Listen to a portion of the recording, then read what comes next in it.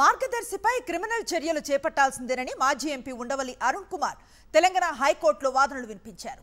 AP Telangana ప్రభుత్వాలు ఫైనాన్షియర్కు వత్తాసు పలుకుతున్నాయని court దృష్టికి తీసుకువెళ్లారు. సుప్రీంకోర్టు సూచన మేరకే ప్రతివాదిగా ఆర్బీఐ చేరిందన్నారు. మార్గదర్శి అక్రమాలకు పాల్పడిందని ఆర్బీఐ తేల్చిందని కోర్టు దృష్టికి తీసుకువెళ్లారు ఉండవల్లి. క్రిమినల్ చర్యలకు హెచ్యూఎఫ్ సభ్యులు బాధ్యులన్నారు.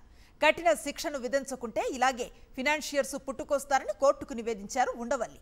దేశమే ప్రమాదంలో పడిపోతుందన్నారు. వాదనల అనంతరం తీర్పు రిజర్వ్ చేసింది ధర్మాసనం.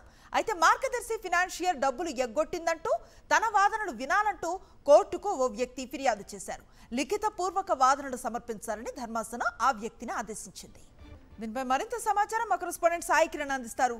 సాయి కిరణ్, కంట్రీ మార్గదర్శి కేసులో ఈరోజు ఉండవల్లి అరుణ్ కుమార్ తెలంగాణ హైకోర్టులో చాలా కీలకమైన వాదనలు వినిపించారు. ఇందులో ఏపీ తెలంగాణ ప్రభుత్వాలు మార్గదర్శి ఫైనాన్సర్స్ సంబంధించి ఎన్నో రోజులుగా వత్తాసు పలుకుతున్నారని, సుప్రీంకోర్టు సూచన మేరకే ఇందులో ఆర్బీఐ కూడా ప్రతివాదిగా చేరిందని చెప్పి ఆయన వాదనలు వినిపించారు. అలాగే ఇందులో క్రిమినల్ చర్యలకు కూడా ఖచ్చితంగా తీసుకోవాల్సిందే. 45 ఏళ్ల నయవంచన ఇది. మార్గదర్శి అనేక రకాలుగా అక్రమ డిపాజిట్లు సేకరించింది. దాదాపు 2600 కోట్ల వరకు బ్లాక్ మనీని ఇందులో వైట్ గా మార్చేందుకే ఇందులో అక్రమ డిపాజిట్లు సేకరించింది. ఇదంతా కూడా చట్టానికి విరుద్ధం అంటూ కూడా ఆయన ఎన్నో రోజులుగా ఉండవల్లి అరుణ్ కుమార్ పోరాడుతున్నారు. సో ఇందులో మార్గదర్శి అక్రమాలకు పాల్పడిందని చెప్పి ఆర్బీఐ కూడా తెలిసింది. కాబట్టి క్రిమినల్ చర్యలకు హెచ్యూఎఫ్ సభ్యులు కూడా బాధ్యులే అనేటువంటిది ఉండవల్లి అరుణ్ కుమార్ వాదనలు వినిపించారు. కఠిన శిక్ష విధించకుంటే ఇలాంటి ఫైనాన్షియర్లు అనేక మంది పుట్టుకొస్తారు, దేశమే ప్రమాదంలో పడిపోయేటువంటి ఛాన్స్ ఉంటుంది అనేటువంటిది కూడా ఆయన వాదనలు వినిపించారు.